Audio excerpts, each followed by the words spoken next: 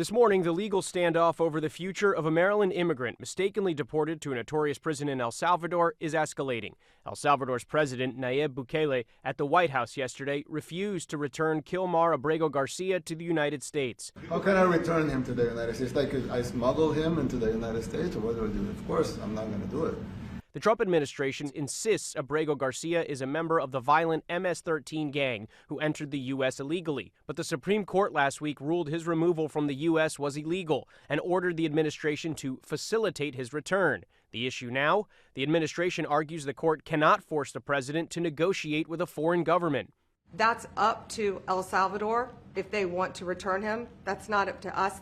Abrego Garcia's lawyer insists the U.S. government does have the ability to bring his client home. What we're asking is exactly what the Supreme Court told them. Let's facilitate his return.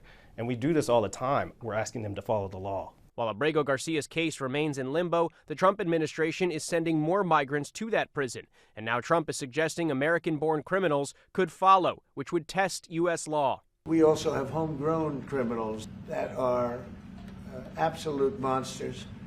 I'd like to include them in the group of people to get them out of the country, but you'll have to be looking at the laws on that. Before reporters and cameras were allowed into the Oval Office, a member of the Salvadoran delegation was live streaming, and Trump can be heard on that live stream saying, quote, homegrowns are next. The homegrown, suggesting Bukele needs to build about 5 more prisons. Under President Bukele, El Salvador declared an emergency in 2022, allowing for mass arrests with no due process.